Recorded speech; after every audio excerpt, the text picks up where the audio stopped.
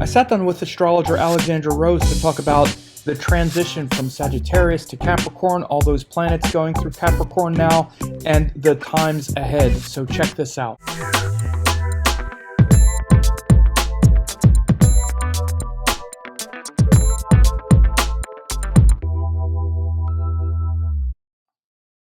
Hey folks, I'm here with Alixandra Rose of Alixandra Rose Vedic Astrology. You all know her. She's been on a few times, been doing great work, and we're going to talk about a whole bunch of stuff with the movement of the planets from Sagittarius to Capricorn, Venus and Taurus, some other stuff, Sun exalted. We're just going to talk about the things we're going through now with the focus on a few special things. Welcome, Alix. How are you doing?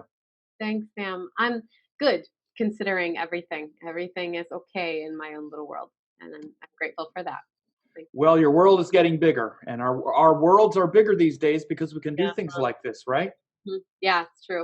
It's true. One of the great blessings of the times we live in and where things are going, because the world's changing, and from here on out, these kinds of interactions and these kinds of opportunities for all of us to work remotely and all is going to just be normal. So I'm happy that you've taken this way of life on, because we all benefit.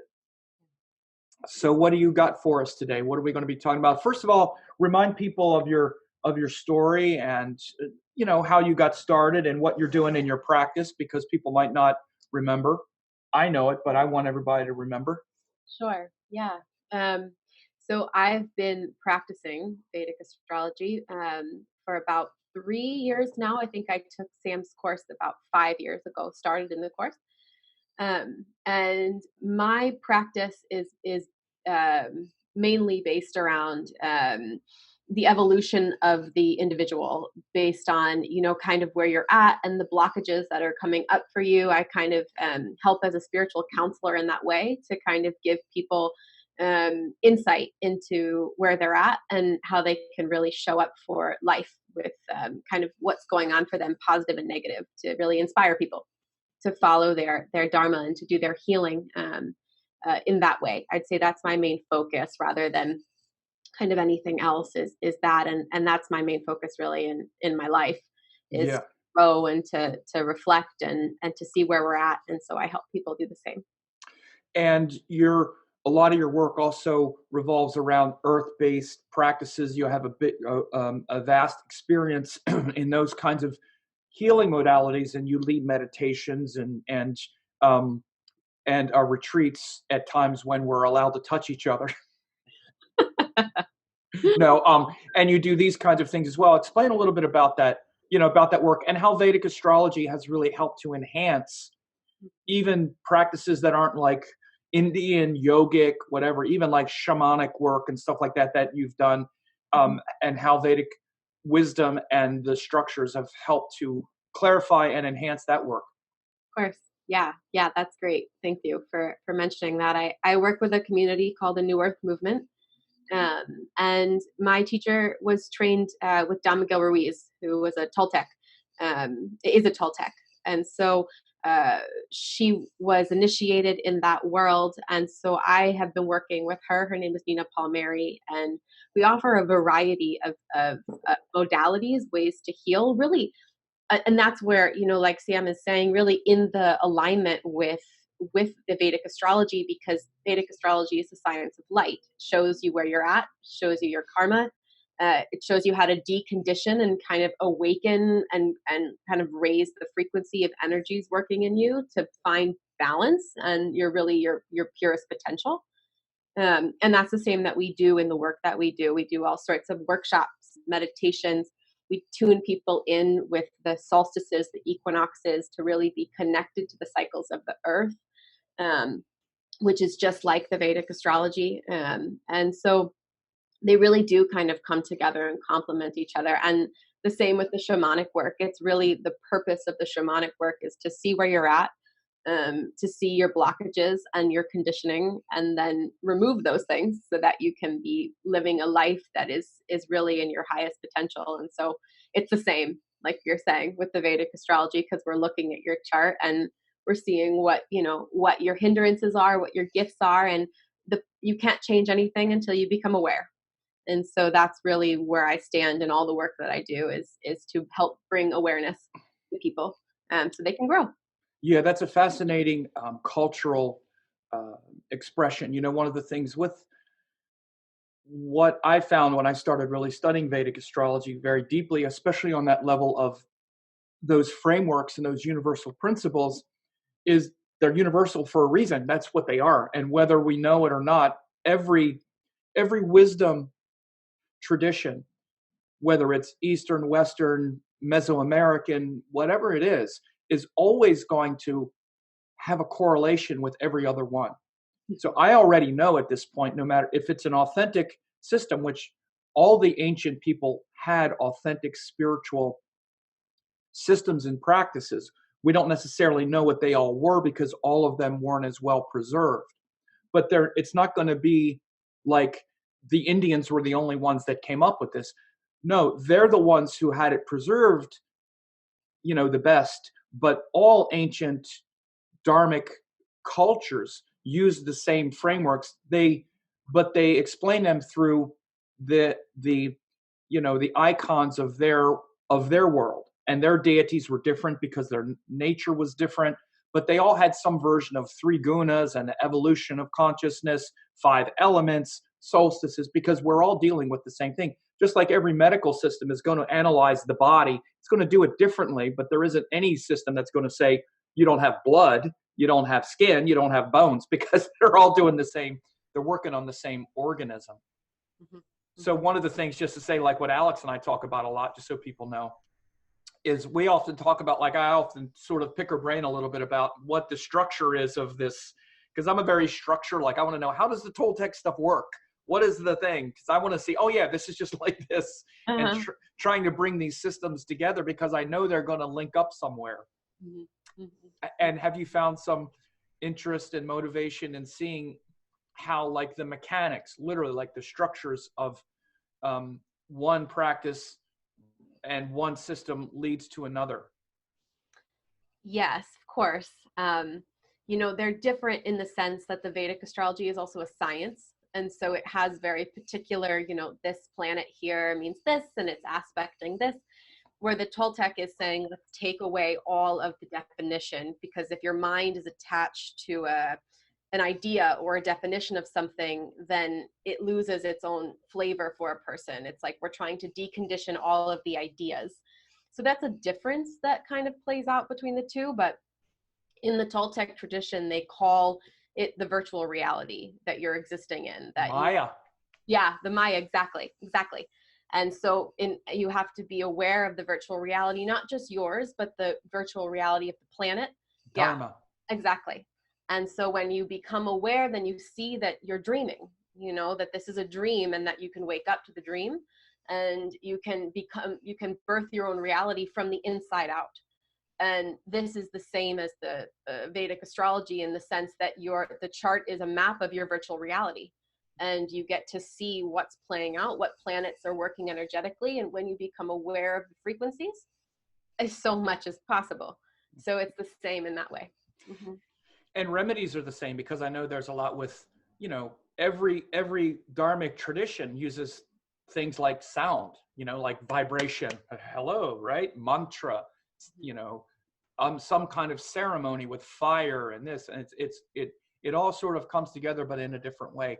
And so I always love how folks who have studied with me, like you, would think, oh, but I do this kind of shamanic work or this. Of course, things like yoga and Ayurveda are a natural fit, but sometimes people think, well, but I'm involved with, again, shamanic work or some other kind of thing. And I'm always like, look, you should study it, because it's going to organize and help to clarify even what you've already studied.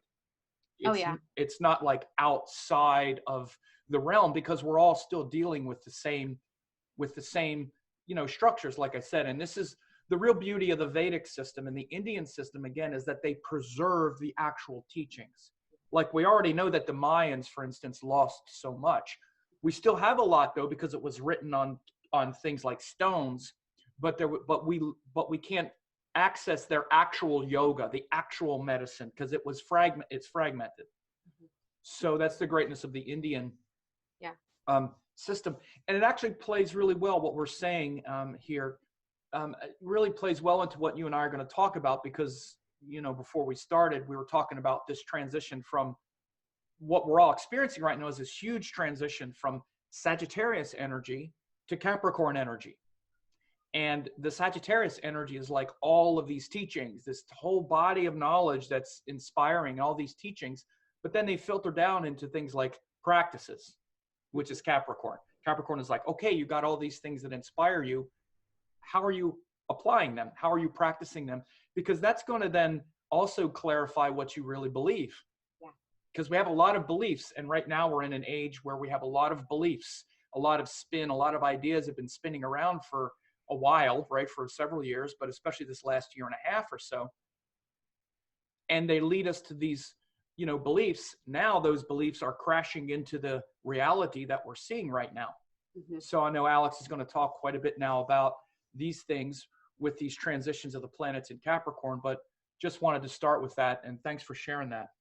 Yeah. You know, two things I'll say. One, what you were saying before, I think it's really important, like you said, to have the Vedic concept no matter what you're doing.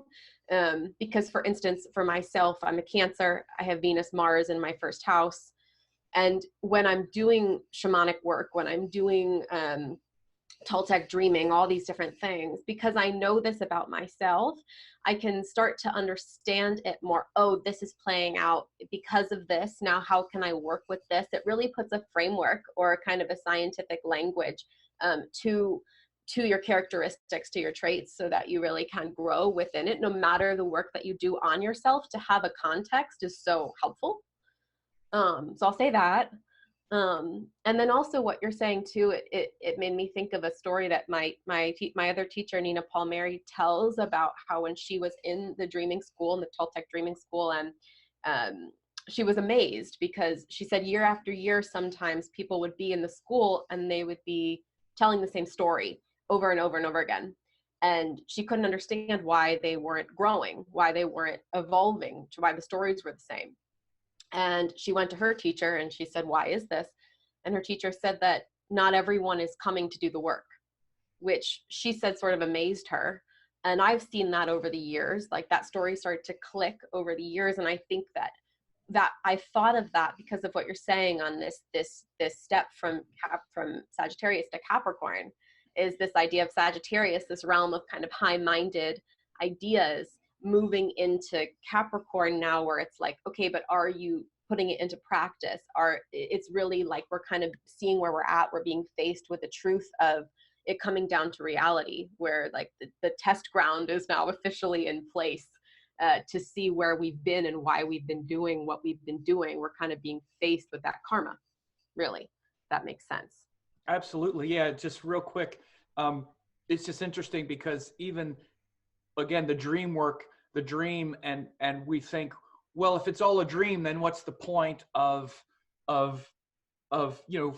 concentrating on the world because it's all a dream? This is an illusion that we have, even in Indian thinking. People are like, or like if you get it to Advaita Vedanta, well, it's all just an illusion anyway, and it's all just a dream. Well, yes, it is conceptually, but to you, it's not a dream. To you, you think it's real. That's the problem. And the dream is not just a dream, it's your dream. So you want to know what your dream is, what your illusion is? That's what astrology is showing. And no, it's not showing, well, it does show the ultimate in the highest sense, but just because it's a dream doesn't mean it isn't real. Just because it's a dream doesn't mean it isn't real to you. It's your projection. This is literally the concept of Maya. And so what astrology is showing is the specifics of the dream that you're trying to awaken from, the specific illusion, because we're all in a different dream world. Yeah. The whole thing in itself was created by the goddess Maya. And by the way, the goddess Maya was the illusion that Shiva's wife created so that we could have this whole thing. The goddess Maya actually also protects us from the power and the truth we're not ready to face yet. So this whole concept is very developed in Indian. In Indian, it probably is in the Toltec as well, but it's not a simple thing. Like, well, it's just a dream. No, it's the illusion we're trying to awaken from that also protects us from the reality we can't face yet. So, and by the way, I'm sorry, just real quick. And by the way, this is what happens like when we take drugs, like hallucinogens and stuff like that. This is what the Kundalini is. The Kundalini is dormant naturally because we can't handle the truth. So when people do these things to forcibly open it, like with drugs and stuff, it's like they open this thing up and they see too much light that they're not ready to face. What were you going to say? Oh no, I was just saying, and then comes Capricorn, where it's not so hidden anymore. It's kind of in our face. We have to wake up to this idea or this potential. I feel like that's what's happening for a lot of people, is they didn't realize they were kind of protected, so to speak. But now it's kind of like, okay, cat's out of the bag. This is kind of the reality check, reality shock for people. And the shattering of illusions. I always say one of the big things Saturn does is it's here to shatter our illusions. Even in the Dasha cycle, Saturn comes after Jupiter. Jupiter, when you see someone transition even in the Dasha sequence between Jupiter and Saturn, Jupiter's like, oh, there's this and that and this and that. I'm going to do, and it feels very expansive. And then Saturn comes and goes, but I'm here to shatter a lot of illusions. Go. Well, I mean, on that topic, I think it's a great segue, right? Because that this is really one of the concepts that we're talking about today is Saturn's movement from a Jupiter-ruled sign like Sagittarius into Capricorn. Here's the chart. Yeah. So we have it there. Yeah. Great. And I think that a lot of astrologers were certainly watching this transit and knowing that something was going to happen, because it is from this Jupiterian realm of everything's great, you know, all these ideas, to Saturn's realm, because Saturn rules Capricorn, of the shattering of the illusion, the kind of the bringing us down to earth, and the truth teller, like showing us where we're at, really, not this high-minded idea of where we think we are, because we have a lot of great ideas, but where we actually are. You know? And it's not and just real quick, it's not an idea about the truth. See, the ego is so cunning, and in this day and age, we mistake our ideas about things for being the thing. We have an idea about spirituality and we think that's spiritual. No, they're practices. There's no ideas about anything. It's the thing, shows you where you're at. So it's not an idea about the truth. That's actually what's getting shattered as much as anything else. The ideas we've had about the truth and our beliefs. Oh, this is real. That's real. This is real. It's like, no, this is what's real. You're not in control of any of this. Right. Which is a factor in this, you know, and something that I keep focusing on is this idea of not being in control, because Saturn really is that planet on the outskirts of the solar system, kind of looking in at everything, looking in at the play of life, and almost watching it all from a detached place. And when he comes in so strong, like he's coming into his own house, it's kind of this time where where the illusions are shattered, and we're having to see where we're at and start to kind of take responsibility for where we are in the moment. That's why I think that, you know, a lot of fear is obviously coming up for people. I think people are in a lot more shock than they're willing to maybe even realize, because it all kind of hit, especially in the United States, so fast, that there was a shock, almost like a PTSD, like a response that kind of got triggered in people, and everyone's sort of scrambling to get everything figured out.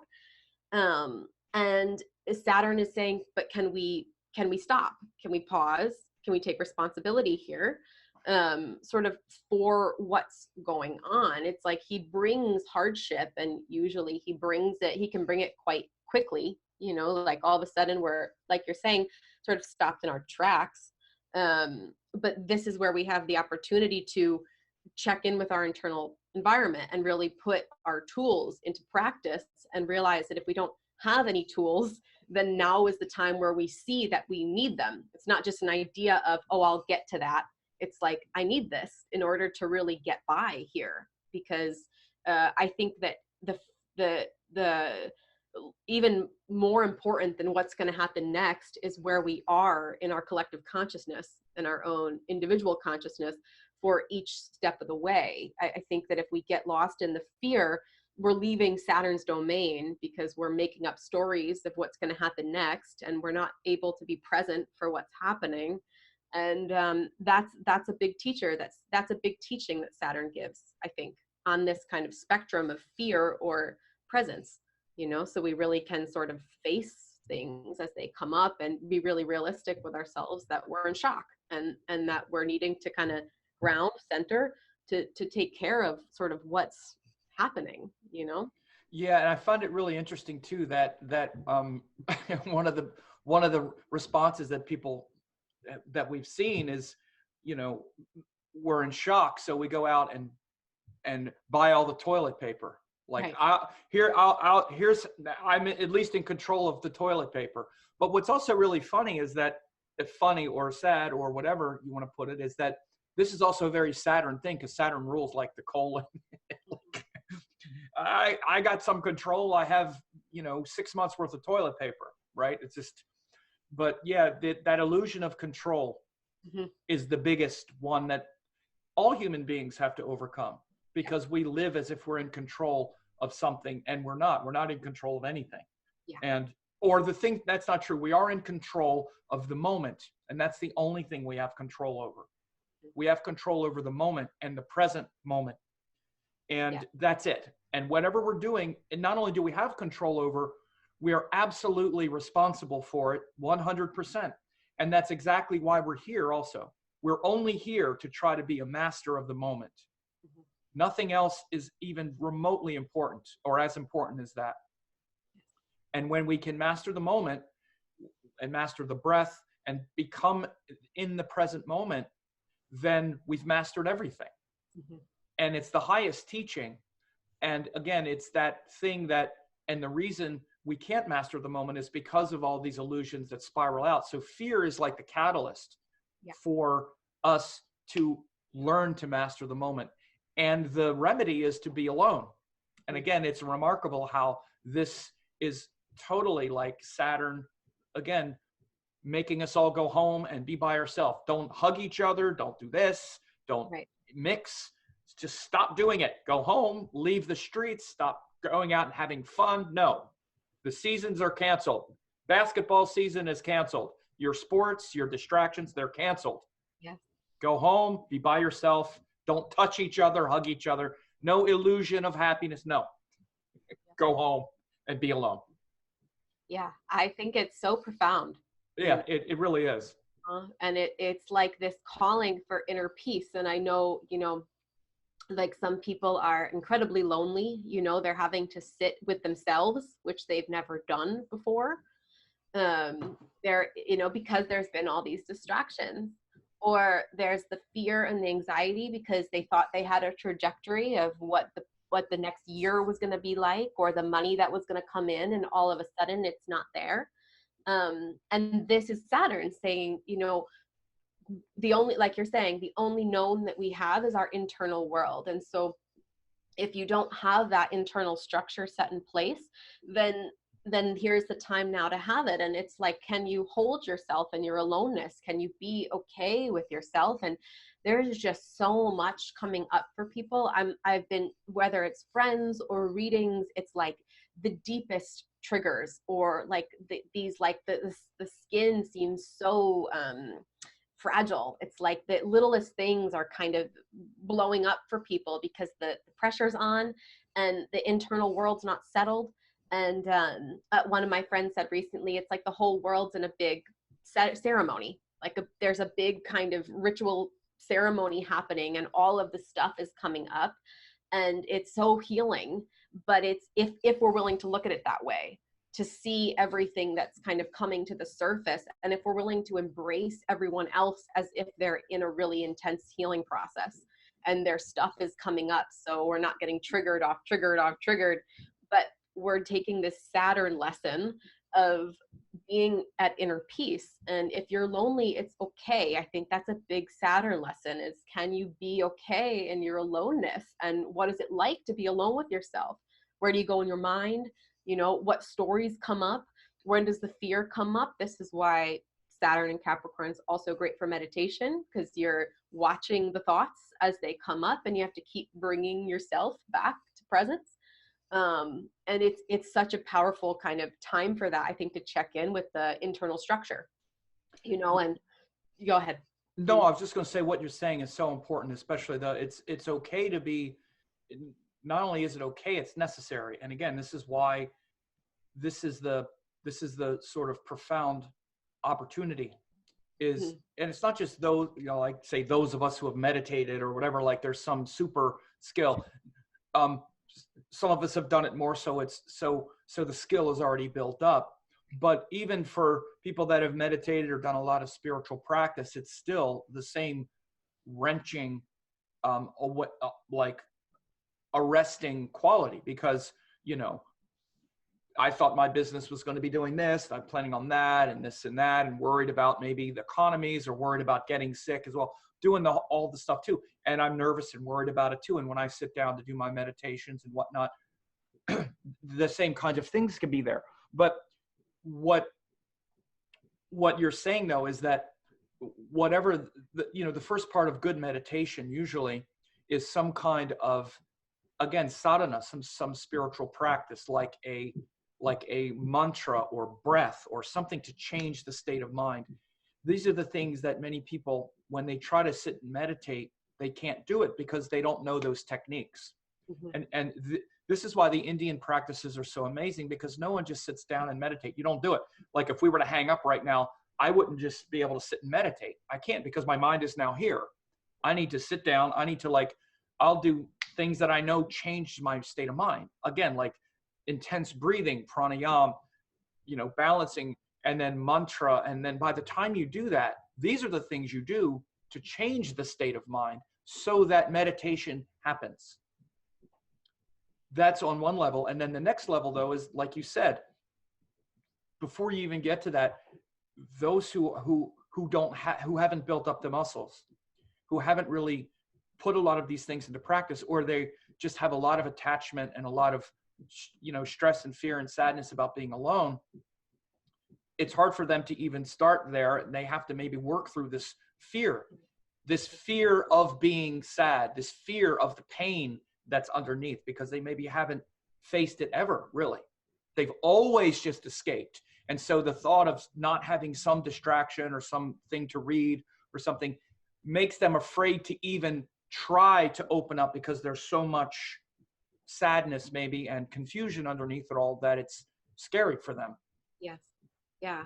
And that is such a powerful point, and why I said it seems like what my friend said is true about this kind of ceremonial a concept to things, this kind of clearing out, because that's why it's so powerful of a time, is because if we've been distracting ourselves, or we put band-aids on things, then we're really getting to see where we're at. And it's like, do we have the strength? And I think we'll talk about this when we talk about Mars coming into Capricorn, that there is so much celestial kind of strength being offered to us to do this, to really go inside of ourselves and see the fear, see the sadness. So maybe we can't get to that place of meditation yet, but we can at least start to go through the process of seeing what's kind of not been addressed.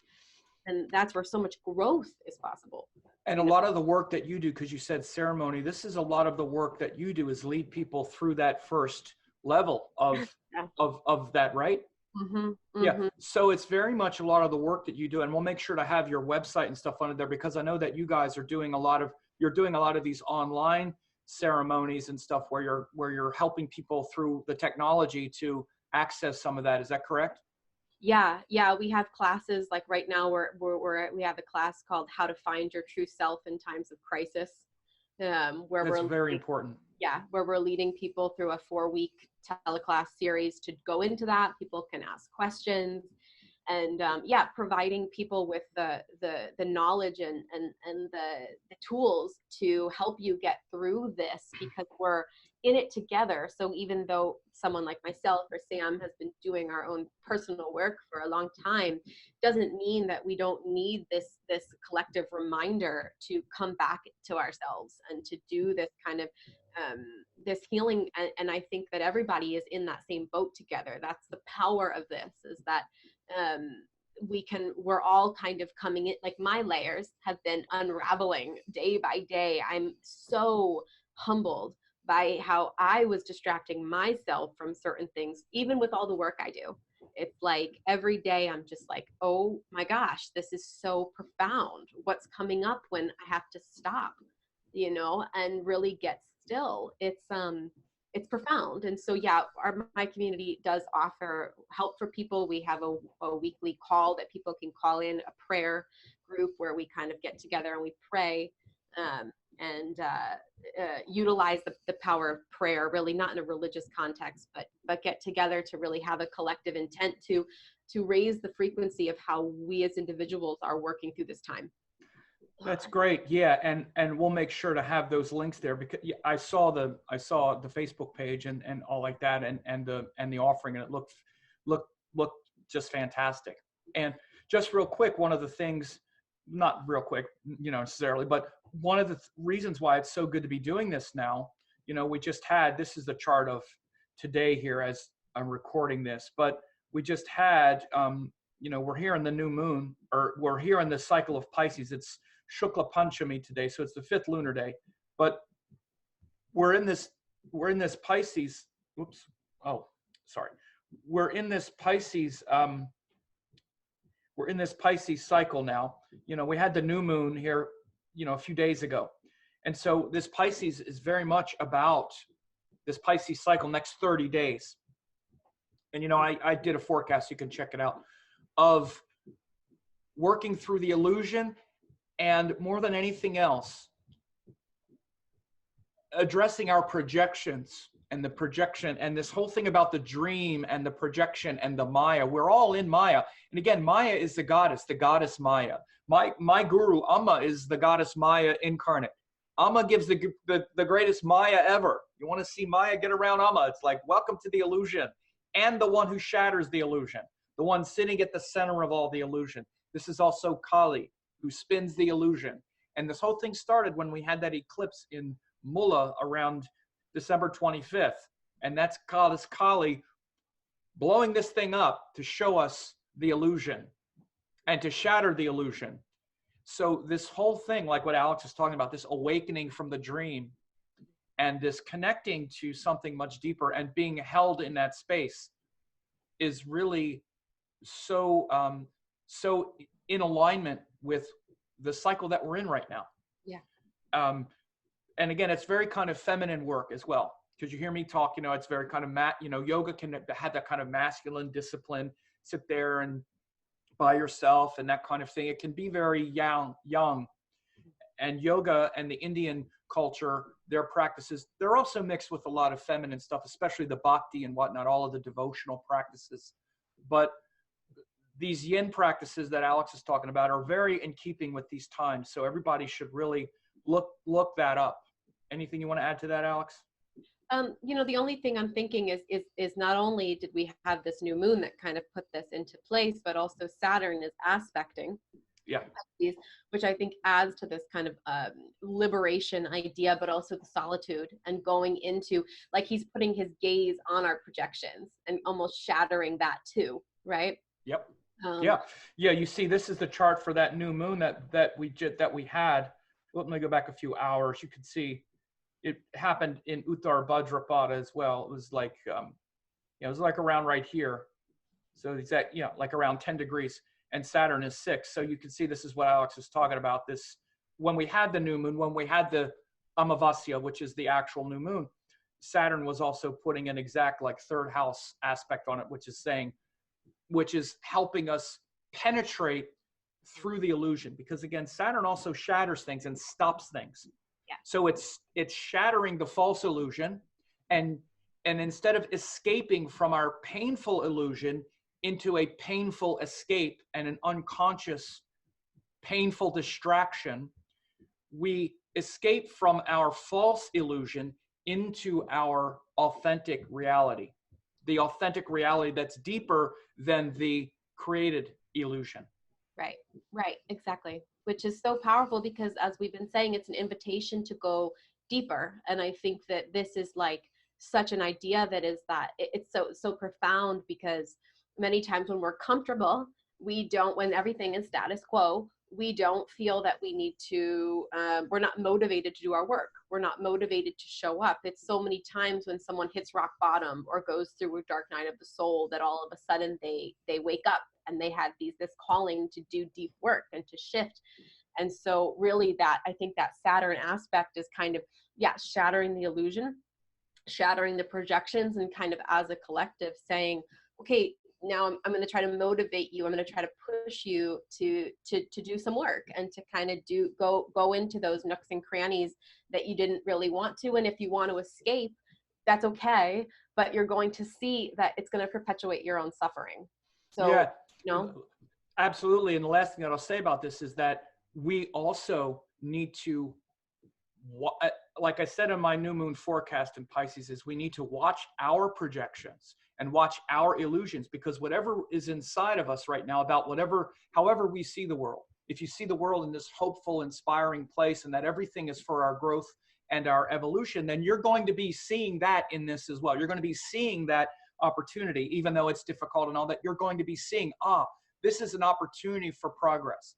If you tend to have that negative, dark fear and feeling that, well, it's just, again, like our overlords trying to control us, and it's going to be the worst thing imaginable, and it's going to be the end of the world, all this gloom and doom. This Pisces cycle is very much about that too. Or wherever you are on that, whatever variation or mix that you have, Pisces is very much about that. And so making sure to manage that is really important. And again, this is a lot of what yoga does as well, all kind of healing work. Again, like I say, they all work from the same principles, that we know that we're projecting our reality. We know there's illusion. We know that on the other side of Maya and illusion is transcendence and liberation. You're getting liberated from the illusion of the ego, from the illusion that the ego is in control. So managing our illusions now is one of the most important things we're going to be doing for the next 30 days. Mm-hmm.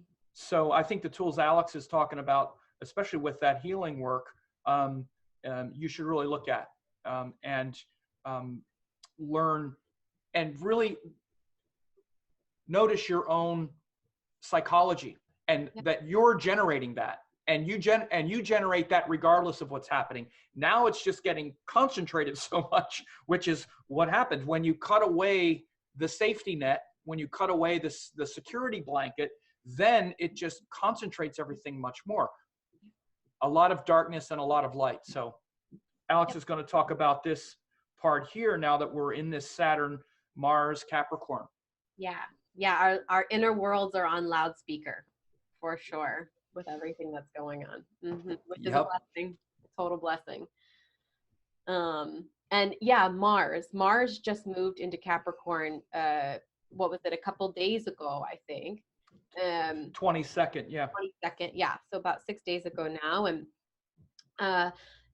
this is really powerful. Sam and I had a talk right around when this was happening, and both agreed that this is really a very auspicious, like you don't want to see these kind of more difficult malefic planets. You don't want to see them anywhere but somewhere that they're really powerful, that they can really show up and help us in the process. And I think that Capricorn is the place where you want to see this conjunction in a time like right now, because Saturn is powerful in his own house, and then Mars is exalted in Capricorn. And Mars exalted in Capricorn, Mars is the warrior. Mars is the planet of action. And so in a place like Capricorn, he's exalted because his action is disciplined. He's not the lazy warrior. He's the disciplined warrior who takes proper steps, who's not impulsive, and is courageous and strong to deal with things as they come in a really practical way, which I think is also so important for us now. So that we're not, I think also Saturn, Mars, the planets of fight or flight, together so close really until April 4th could also raise that stress level. This is that kind of spectrum that we're talking about, where there's like on one end of the spectrum, it's like fight or flight is really heightened. People can get really angry, aggressive, stressed out. But on the other end, we can channel that energy into something higher, which is disciplined action, really being tenacious, moving through those fears and that idea of trying to run away, and really finding a lot of courage and strength to stay the course and not feed into that. It's like fear is a food that's kind of being a junk food that's being like shoved at people right now. Like, watch the news, let's go into fear, let's freak out. But it's just like anything else. If we're eating bad food, we're not going to feel inspired. It's like if we're eating the fear, it's just as bad as if we're eating M&Ms and Doritos trying to figure out what to do next. You named my two favorites, M&Ms and Doritos. Now some people really like the peanuts. I actually like M&Ms with peanuts, but there's something about the ones without the peanuts.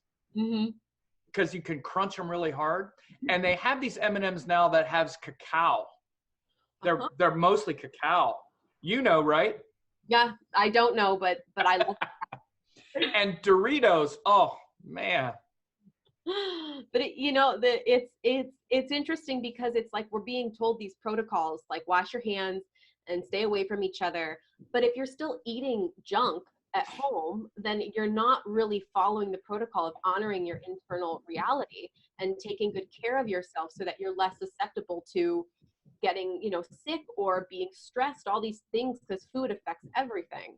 And I look at fear as junk food, anxiety. Yeah, no, you're totally right. Yeah. And this is the aspect of Saturn Mars where it's like, are you going to be eating that nonsense, or are you going to be a strong, disciplined warrior that says, I'm going to stay moment to moment here. I'm going to deal with things as they come. Okay, I just got laid off. All right, let me calm down. I'm not going to go eat a bunch of junk. I'm going to figure out what I need to do, or it's I'm home alone. I'm sad. I'm lonely. Okay, the courageous warrior who says, maybe I should watch some videos on how to start meditating or take a teleclass on how to really work with this energy. It's like, this is the spectrum. And because these planets are so powerful, I think that it gives us as a collective a lot of strength to actually firm up and get somewhere with this, and not just listen to the external mandates, but as it being a feminine sign, the internal mandates. How do I really take care of myself here for this? Yeah. Where we're at. Yeah, and just real quick, you mentioned the courage, because this is really the highest, the highest, most elevated quality of Mars is that true emotional courage, especially. And when we look at the feminine or masculine signs, we can really look at it this way. We can just attach the idea of emotional or internal to the feminine signs, water and earth signs. And then just a sort of, word for the planet. So Mars, in its highest, gives courage. And what courage is something that is sadly lacking in this world. Courage means, it doesn't mean the courage to fight just to fight and win. That's often not courage. That's often thin-skinned. It takes no courage to be a bully. It takes no courage to just argue with people. That's not courage. Courage is the courage to be brave, to look at your own weaknesses, because Mars wants to strengthen that which is weak. Parashara says very simple. Mars gives strength. If you want to look at it, the English word. And strength comes from recognizing the truth and not being afraid to see the truth. And we all know what's true, and we all know what's going to make us strong. We just don't do it because it's hard. It's hard to do the right thing. We know what it is, but we don't do it because it's difficult. And this is what Saturn and Mars do. They give us the strength, the perseverance to do what's hard. It's easy to do what's easy because it feels good and we feel good about it. It's hard to do what's right because what's right is often not what's easy. And with Mars, it's doing it in the moment, because right now I have a choice, again, to eat this food or eat that food, to do this thing or do that thing, to do what's going to just perpetuate my comfort or what's going to wake me up. But what's going to wake me up is going to be harder. It's going to be a challenge. So I have the courage to do it and to face myself. This is why it's exalted in Capricorn. And not just face myself now because it's internal and reflective, but to keep facing myself, because Capricorn's ruled by Saturn, which is relentless, which says, I'm not giving up until it's done. That's the power of Saturn, is not just to do it once, but to do it until it's done. And that's the power of Saturn, is that it's thorough. So again, right, that courage to actually say, yes, just be honest with yourself. I don't understand the nature of this world. I don't understand who I am. I'm humbled by the fact that I thought I knew, but I'm actually just so weak. I'm ignorant. I don't know how any of this works. But I need to start getting stronger, and I have the courage to start where I am, to get a little stronger every day with every little choice. Because it's not in some big concept. It's in this choice, then that choice, this moment, that moment, this moment, that moment. And before you know it, you've constructed a whole other reality. Yes. But you don't construct a reality in some abstract way, which is like very Jupiterian. You create a new reality by each little choice, every little moment of alertness and courage. Yeah, it's very practical expression being in Capricorn, and it's exactly what you're saying. It's like where you're at is where you're at, where people are at is where they're at, and that's perfectly okay. That's why at this time it's like you're seeing where you're at. You're getting a very loudspeaker example of your actions from moment to moment and where you go inside of your mind. And so if you meet yourself where you're at, and then with courage and tenacious, you can change that program. You can change the channel, and you start to see, like what you're saying, it seems more difficult to do the right thing, but it's actually easier to do the right thing because you're no longer choosing to suffer. And the thing about the dignity of the planets, just real quick, is that when they're here, again, what I just said and what we're saying are concepts like, oh, this is what we need with Mars. And that's always the case with Mars. That's always the case with Saturn. But when the planets line up that way, the power is there now to do it. It's harder when they're not there. Mm-hmm. It's very hard when Mars is in, Libra, because it's not in the environment that wants to be doing that. It goes into Capricorn, and that's actually what the power is now. The power is to do that. And so what happens is everyone who is doing things now against their strengths, everybody who's going to the store and buying the M&Ms and the Doritos, even though they know that's not what's good for them, are going to feel that pressure of Saturn and Mars, and they're going to notice, boy, this is really weak. I know this is wrong. Most of the time we do it, it's like, it's no big deal. It's just a little this. I still do these other things. It's fine. It's no big deal. Now we're like, this is really stupid. This is really weak. This is ridiculous. This is why I'm so ignorant and so weak, is because I keep doing this. So this is what you're noticing now. This is the shift that happens. When these planets line up like this, we're getting that wisdom now. Yep. That's why it's a blessing. Yeah. And that's all it means. You don't have to make it even more complicated than that. It doesn't mean, oh, it's bad, getting triggered again. This is also just the negative quality of all that. It just means that now with these planets move here, the intelligence is flowing in this way now where you're seeing it. And your Mars is pressuring you and Saturn is pressuring you to change it. Whether you like it or not, because now the world has said, Kali has said, I don't care if you like it or not, kids, go to your room.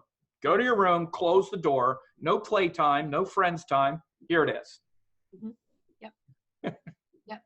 Totally. And it's like, someone was speaking recently about how Saturn is like when you have Saturn and Mars together, it's like Mars is like we're pressing on the acceleration, and then Saturn is like we're pressing on the brakes. It's like a push pull. It can be difficult to navigate the energy. That's why sometimes we have to kind of keep getting back up with it. That's why we're saying it's like you're at where you're at, and that's okay. And it's like it takes a lot to keep going and to find how to manage these energies.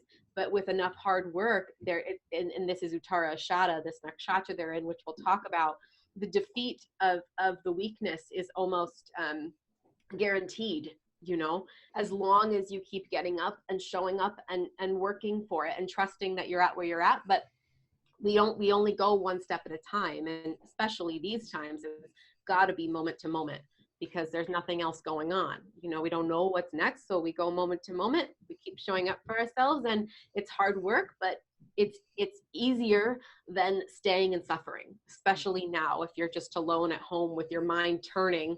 You know, it's easier to get out of that nonsense and get aligned.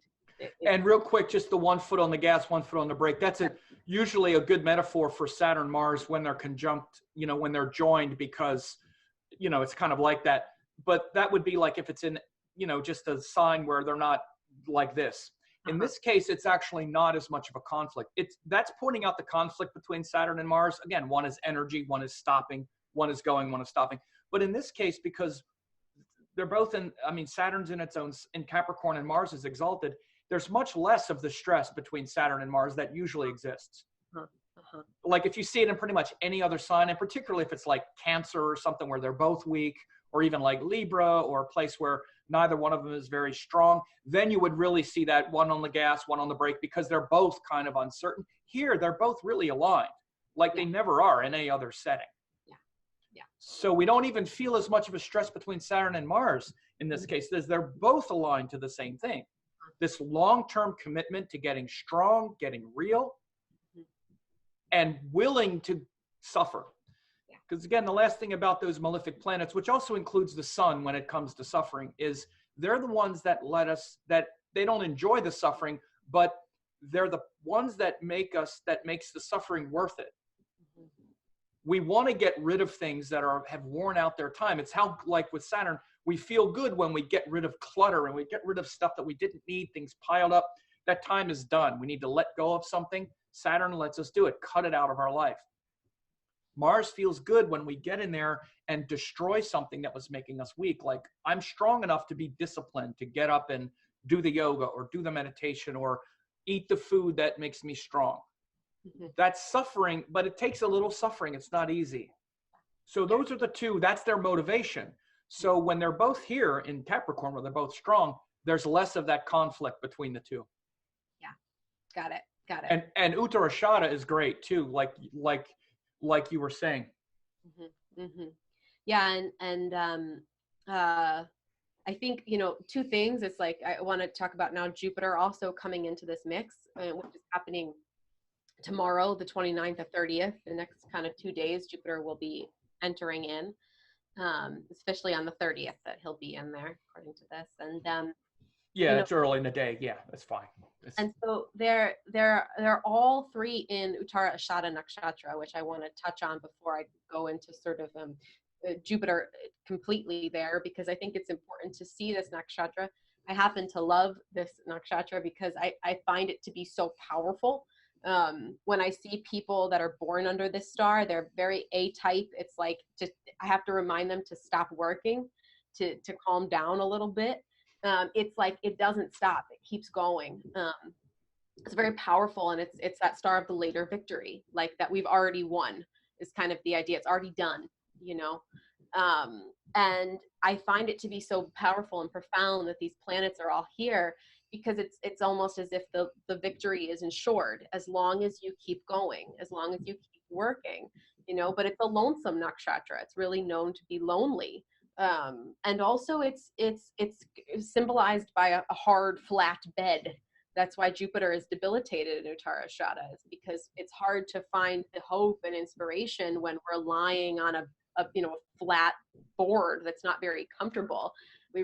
Saturn, it doesn't mind that. Mars doesn't mind that, but Jupiter doesn't really feel so great there, which is what we'll talk about, this idea of him moving into Capricorn and this Nicha Bhanga and all these things that we'll discuss. But I just wanted to reflect that Uttara Ashada is not a comfortable placement, and it can be lonely, but I always see very powerful people that work under this star. And I see when planets are there, they don't stop.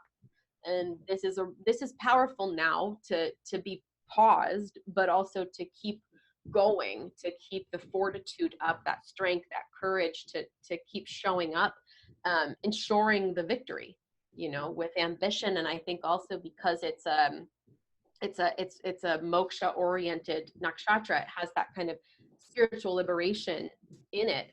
I think that that also ensures the victory for this idea that we're talking about. This idea of higher liberation is almost, like I said, ensured. It's already done.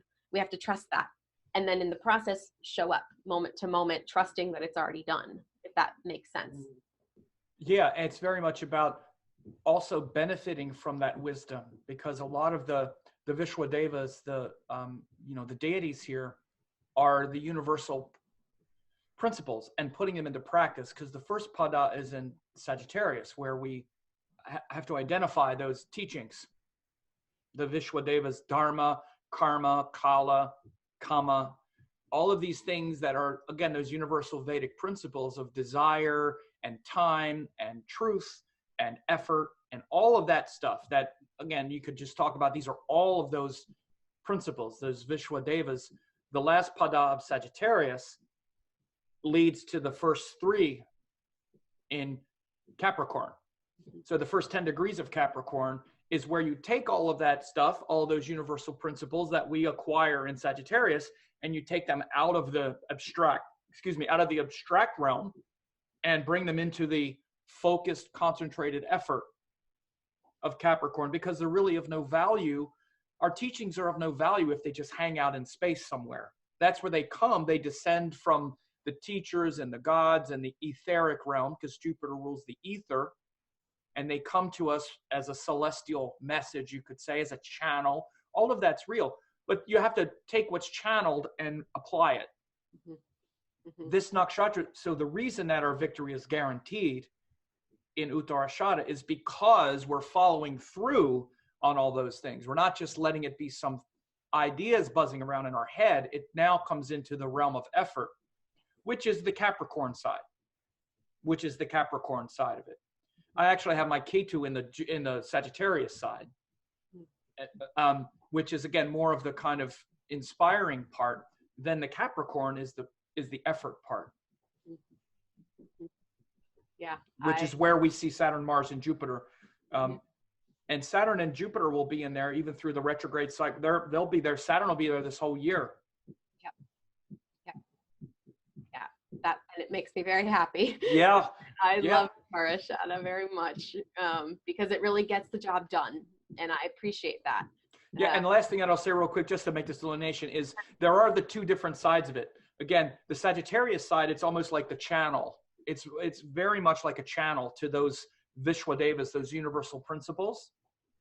And particularly, like, I mean, all the planets are spiritual, but for example, like Mercury and Venus and even Saturn, they're not necessarily in the planets. They're more of the earthbound planets.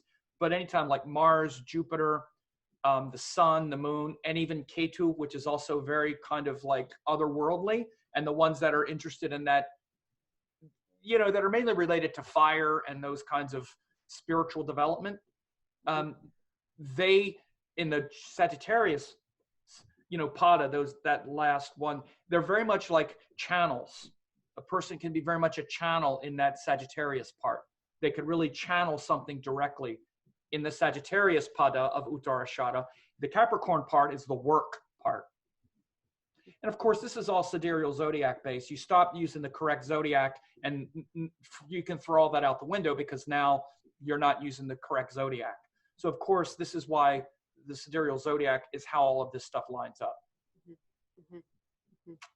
Yeah, I appreciate that delineation, because now we're seeing how we're in the Capricorn aspect of it now, with the work that's taking place, and how Saturn Mars can be so helpful there, in that regard, and how with now Jupiter moving in there, this concept of work creates his debilitation. I think he's debilitated at 6 degrees, but that's a Capricorn, but that's still Uttarashada.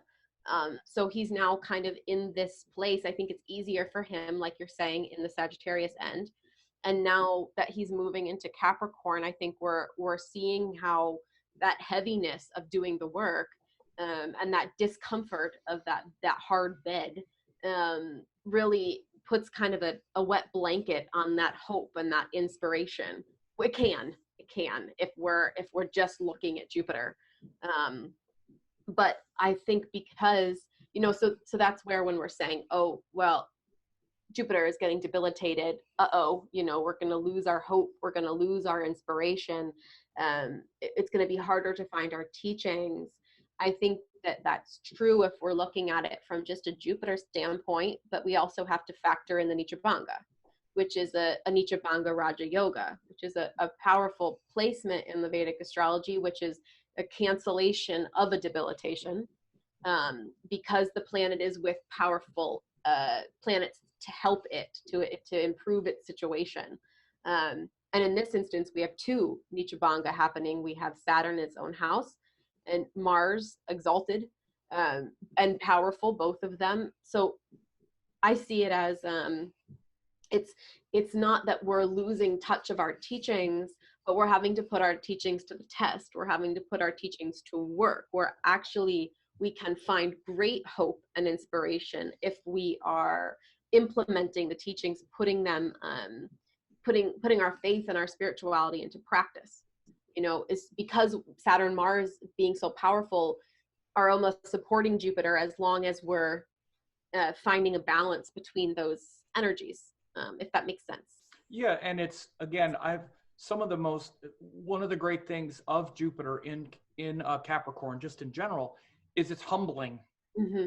And again, it's not the only you always look at a chart in a nuanced way, but I've seen many times that some of the most devotional people I know have Jupiter in Capricorn. And it's because it's harder maybe to access the inspiring part of the teachings, but you become humbled and you appreciate and you find inspiration in things like hard work, in things like the common man, and common things that aren't so, you know, elevated or highfalutin or whatever you want to say. And again, the difficulty of the Jupiter in Capricorn is it becomes too transactional and it's not as inspiring. It's not as inspired. That might be harder to come by. But again, in a natal chart, there's so many other ways. There's a ninth lord. There's all kinds of ninth house. There's all kinds of ways that there can be other types of inspiration, but that will always be there. You'll notice that. But again, the benefit though also is that Jupiter always brings his wisdom and grace and a certain amount of inspiration no matter where he goes. So, and particular with this kind of Nichabanga, where joined its ruler is maybe one of the best, joined an exalted planet is also one of the best things to support the Nichabanga. But having both of them there means that even though Jupiter is now not in a place where he naturally feels that inspiration, and realizes that, you know, I'm not so inspired right now, the planet that gives that effort of what Jupiter's trying to do is right there. And the one that also implements the marching orders to get stronger and to conquer our fears, which is Mars, who is exalted in Capricorn. Again, this is why Mars is exalted in Capricorn. It's where we have the courage to conquer our fears, which is Capricorn, our emotional fears. They're both there. So, you know, a sort of quick analogy that's also very apt for right now is this whole Saturn Mars in Capricorn. You know, you could really say that Capricorn in general is related to things like hospitals and places where people are sick. That's literally where you would put Capricorn if it's a place.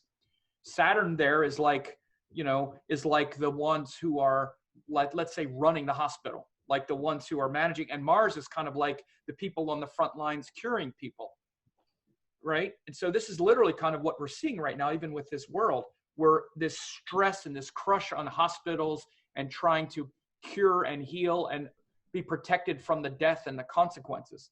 Mm-hmm. Well, Jupiter moves in there, and Jupiter is like the faith to keep going, the hope, the good teachings, the wisdom that comes to help those people, because they're in there working their ass off. It's hard, it's difficult, it's stressful. They're not going to give up. They're going to keep going. They're not going to give up because it's hard. They're going to have the courage to keep going, and they're doing it, whether Jupiter's there or not. But Jupiter comes in and it's like, okay, there's some hope. There's some wisdom. We'll see some better decisions being made. We'll see some hope for them. We'll see some grace flowing to them. We'll see some benefit. Yes.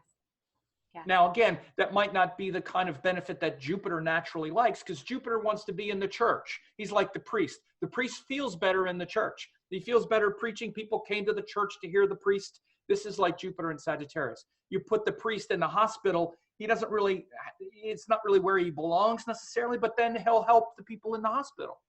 Right. He'll help no matter where he is, because that's Jupiter. Yeah. I love that. Mm-hmm. Yeah. Mm-hmm. Yeah, that, you know, and it's making me realize too that now that Venus moved into Taurus, he's also aspecting Venus in Taurus, which is, Venus is also in Taurus helping, you know, that this energy of feeling the nourishment, knowing how to take care of ourselves, how to ground down, and Jupiter aspecting that is just creating an even greater kind of firm stability on the earth, you know, this which is what we were gonna, I kind of jumped, but Venus just moved into Taurus too, only this is the 30th, so maybe a day before, like today, even the 28th, Venus is moving in. So there's all these kind of, this is like a very transition like week.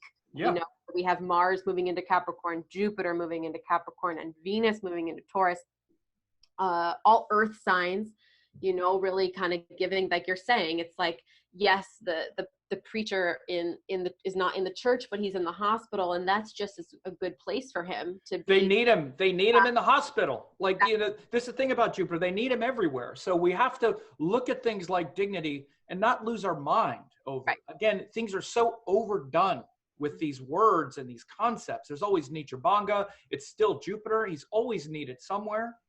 It's just the natural stance doesn't feel as good. And so you would describe what that means, what that is. It's not naturally so inspiring, but it doesn't mean you're not inspired. It just means you're inspired by other things. And it's perfect for right now. It's just what we need. Exactly. We need them in the hospitals. We need the good guidance. We need the counsel. We need the inspiration. Yeah.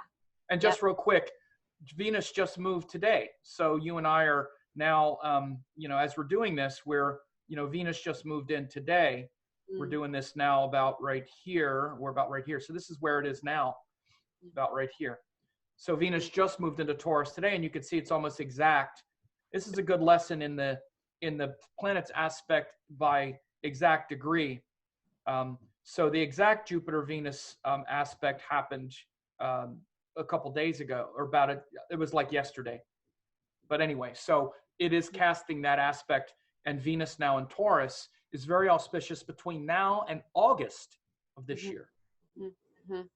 Yeah, I think that's, you know, I made a video about this a couple of days ago on my own YouTube channel, and yeah, we'll have all those links down there. You guys definitely check out. She does a lot of YouTube videos and Instagram and all that stuff too. So we'll have all that.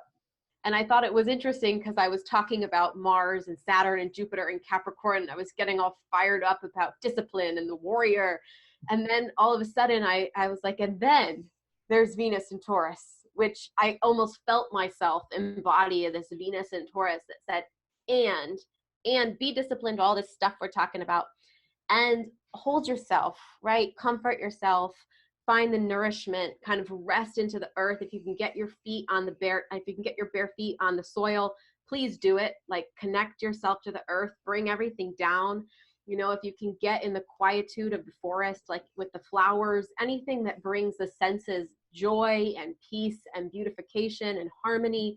It's like Venus in Taurus says, yes, all that stuff we just talked about is good. And if you need to sleep a little bit longer, sleep a little bit longer. Find a good balance between this strictness and this nourishment, so that you're not necessarily eating the M&Ms as nourishment, but you're drinking the right tea, and you're going to sleep early if you need to. You're calling your friends. You're having sweetness around you. That this is so important. And also with Jupiter aspecting it, it's great for people that are caregivers. It's just a really beautiful, I feel like, balancing of these forces where people can find this energy to be strict with themselves and also ask yourself, you know, what do I need right now, right? I just need to hold myself. I'm feeling alone. Let me give myself love, nourishment. Let me comfort my senses. You know, this is where Venus in Taurus is like so great too, because it's really that comfort and that nourishment that we're needing. Yeah. Along with everything else that we're talking about. And this is also, you know, we have to realize we live in this modern world, but in ancient India and in the Ayurvedic sense, and anyone who has ever tried to meditate outside, the easiest place to meditate is outside. You want to try to meditate, the easiest place is outside, not in our room, because nature itself is a meditation. It's not even that nature is meditating. Nature is a meditation. It's nothing but samadhi. The whole world is in samadhi except us. Samadhi means that spiritual unity and that spiritual harmony. When you get in nature, you are sitting immersed in the divine harmony and balance that you're lacking in your mind. You're sitting in the middle of it. And so this is why they always meditated outside. Everything happened outside. Even their structures were little things, so people wouldn't see them naked, I guess, or something. But they mainly lived outside. And nature is the greatest place to meditate.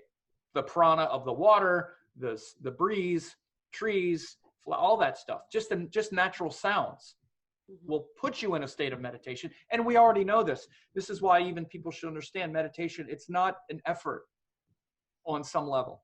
We can do these things to prepare us so it's a state that can happen very easily and naturally.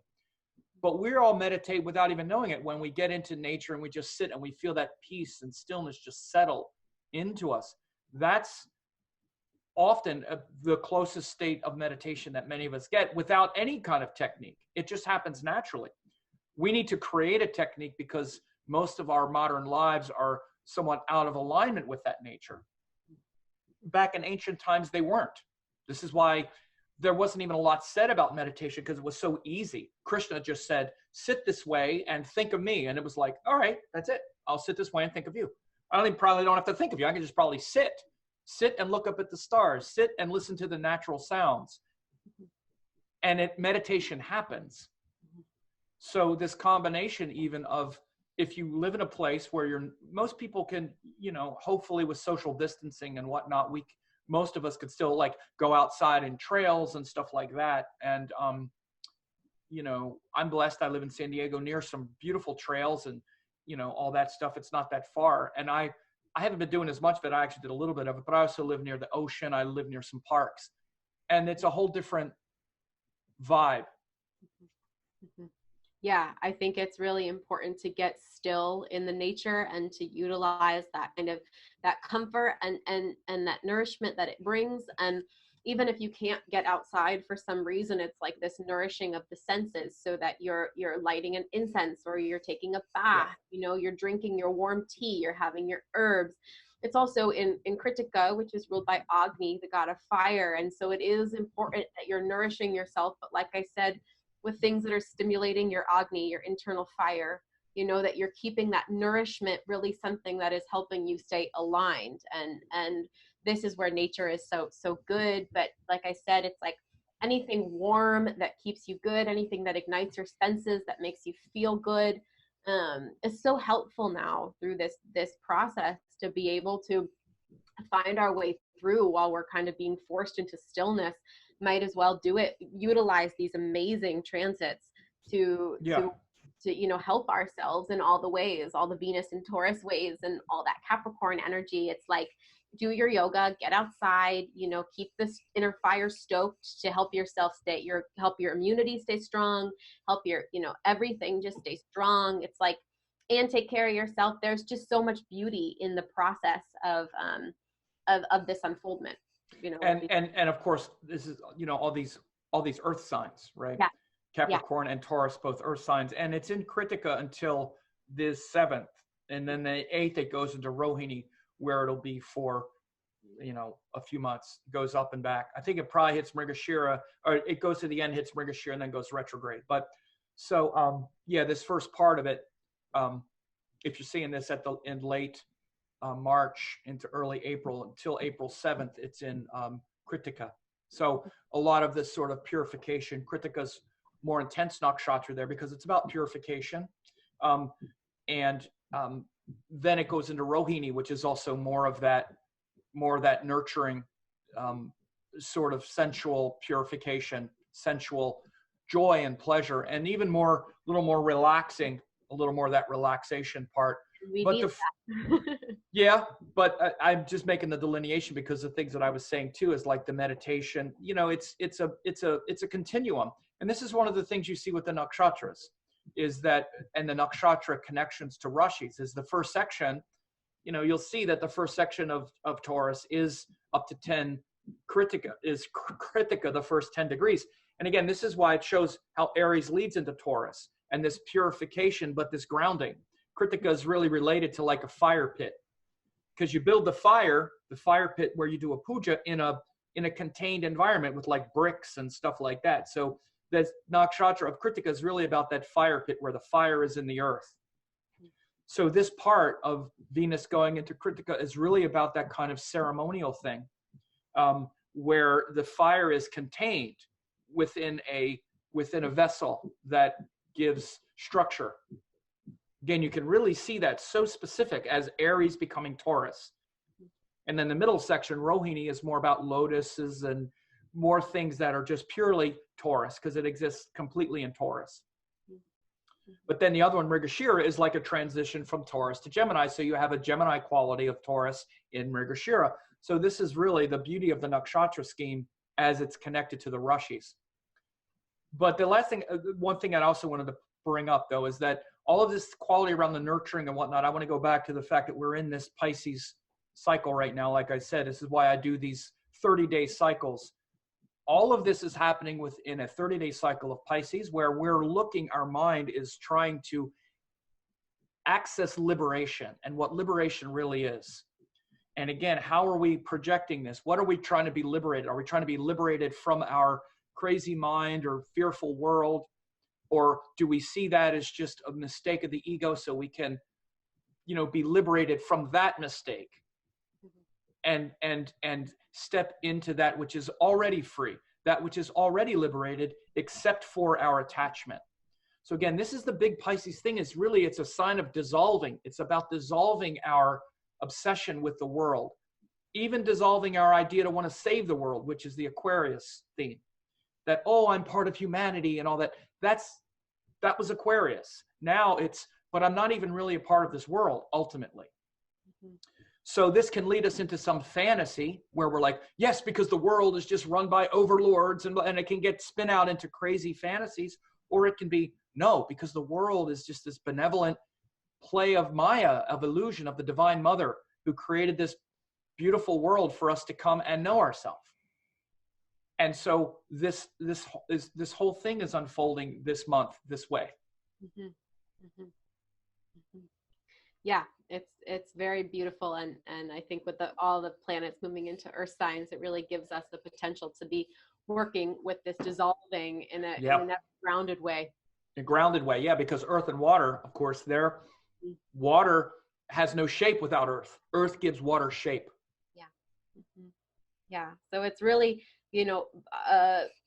beautiful. It's like I'm really inspired by the transits. I'm happy about them, and I think that there's so much potential, like we're saying, for people to be tuning into this to help alleviate the suffering, because we can't control what's going on externally. We don't know what's going to happen, but we know that on an internal level, we're very supported to make the right choices and to really step up and show up for ourselves if we're willing, and that the later victory, the blessings come if we are willing to align with what's kind of being given to us if we want to.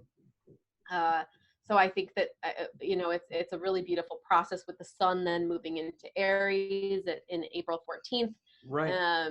Just this process of unfoldment where the light is coming in, and if we're attuning with it, then the next new moon is in Aries. It starts a whole new cycle. It's like really it's really profound as it unfolds. So even though we're moment to moment, we're also seeing that we're being gifted with a lot of blessings to encourage us to keep going and to really show up for ourselves and to do the healing work if we're feeling so inclined, because the other option is continue to suffer, Yeah, and to be triggered, because these are real energies. These are, all of the planetary energies, and especially when the dignity is high. This Mars and Saturn, again, look at the situation that's been created. It's created a very powerful, strong, scary situation so that we step up to meet it. Yes. It's a challenge. This is one of the things that people should always know about planets in high dignity. Is there a challenge to the person? When people have planets that are really awake, it's a pressure to fully embody that potential. All astrology is potentiality. So when someone like has an exalted sun or something like that, like we see the sun winds up being exalted after, this is the sun and moon, but, the new moon, but on the 14th or 13th, in the middle of the day on the 13th, the sun, enters Aries. So this is a great challenge. The sun is now in its highest place where it wants to be the king and be the benevolent sovereign. But it's a challenge. We have to rise to meet that challenge when the planets are in high dignity, just like Venus and Taurus. It's going to create a situation where we have to meet that challenge. And if we don't, we feel the deficit. Like I said earlier, Mars in Capricorn is now saying when you're buying the Doritos or the M&Ms, you're going to notice that it's a weak move now. Most of the time you're like, whatever, I can eat some of this. It's no big deal. Now, again, when Mars is powerful, it's like, what are you doing, man? This is making you weak. It's beneath you. Get strong. Venus and Taurus is saying, why are you settling for why are you trying to find beauty in these things that are just transactional, or trying to get beauty in some kind of stimulation, like let's say Venus in Aries, where the lower quality is more like passion and desire. It goes into Taurus and it's like, no, the world, the whole existence is beautiful. You're surrounded by nothing but beauty, and it's everywhere, and you're it, and everything is it. And if you're not able to embody that, that's the suffering. Yeah. So it's a great challenge when these planets are dignified. Mm-hmm. It's not like it just comes now, now I'm going to be feeling that. Maybe not. It's a challenge. You can just not do it, but you'll notice and you'll suffer relative to what's possible at that time. Yeah. Because you'll be noticing with this Venus and Taurus for all this time. Let's talk about relationships a little bit. You're going to be noticing how much are you valued? How much are you cherished? How much do you value others? How much are they related? Again, when planets move into these exalted places or their own signs, we see that for the truth that it is. Instead of usually, like, let's say when Venus is in Aries, we're like, why are all men jerks? And why am I always mistreated? And then we're all fired up. It goes into Taurus and we're like, you know what? I ain't doing so well myself. Maybe the reason I'm always having problems is I don't value people. I really don't. I'm selfish. And this is why I don't have the connection I want. So the planets are conveying this wisdom when they move into different places, particularly when they're dignified. So that's a big thing that's going to be happening with Venus through Taurus. We'll do some updates about that as well. Yeah. But it's a high standard. Go ahead. Yeah. So as you're talking, I'm realizing how much potential there is just for embodiment during this time, and how important it is that we're embodied, that we're in our body for this experience, that we're because it's not, if it were in like air signs or something, or even water signs, it's like a lot of emotion, right? Or we be really, mental, and the earth signs are really giving us a chance to really settle into ourselves and have the experience on a physical level, which is so important. Yeah. Notice how physical it is. It's like take your physical body in a room by itself. Yeah. Yeah. Really profound. I just realized how much that is true, and how just also blessed it is that we are forced to be in our body, to be present with the experience, so that we're not getting too loopy and pulled away from the moment to moment experience. It's also a good placement. Well, right, we often are, like we usually are, we're usually in our head about something, a bunch of ideas about something, a bunch of feelings and emotions about something, instead of the thing. Again, that's really what the earth signs are about. They're very much about the implementation and the practical effort. Yeah. Yeah. And so you've been doing a lot of readings, and you're doing a lot of readings these days too. We'll make sure to have the website down there, but what kind of response have you been getting? A lot of people wanting counseling and stuff these days? Yeah, I was surprised. I thought the readings would slow down with all of this happening, especially just because of maybe people being out of work or something like that. But they've been coming just as frequent. Yeah. And for the most part, the people that I'm dealing with, it's like from a they're just noticing how like the people that I had this past week who were maybe a month ago or a month and a half ago, they booked the session. I had to remind most of them, honestly, what they had come for, because all of a sudden it all kind of stopped in place. Yeah. And now they still want to have the reading, but they're not so focused on their trajectory because they don't know what's going to happen. So we're having a reading of how to be present right now, and also still talking about what's coming, you know, What's with their next? yeah, for them, you know, like what their dashas show, and but really working with kind of their personal experience, because this time is so subjective. Everybody is having their own experience within it, which is always true. It's just sort of very amplified now, where there can be a lot of suffering, or some people are having a lot of peace.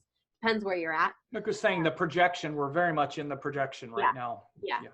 So we're working with how to have your own personal experience while being also in this collective experience, because it's impossible to ignore. So I'm kind of helping people both really not indulging the story of what's happening now, while also still giving it attention as how it affects their lives, kind of helping people not to go too deep into the story of now, and also keep it part of it, because it's so important, if that makes sense. Absolutely. Yeah. We have to keep, you know, honoring where we are always, but, you know, there will be a world on the other side of this where we have, you know, certainly have a ways to go before, you know, we're finished with the situation now. But it's definitely, as we can see with all of these powerful planets, again, we couldn't have a much better thing ahead for all of these dignified planets for the next several months. It's you know, we even talk about the nodes and whatnot, and I'll have you back on as we get closer, like to retrograde and things like that.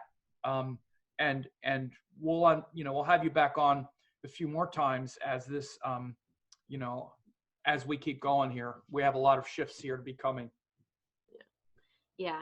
And it's, and also of course people's own individual charts, right? Because it's like, if depending on what sign you are, this is all happening in your own house, the particular house for you. So this is also why we're dealing with it collectively in Capricorn, but depending on what sign you are, you're getting your own intimate lessons in this particular thing, you know, in this particular thing. Like, I'm a Cancer, and I said, oh, Saturn's going into Capricorn, I'm probably not going to find a partner right away. I'm going to have to deal with aloneness.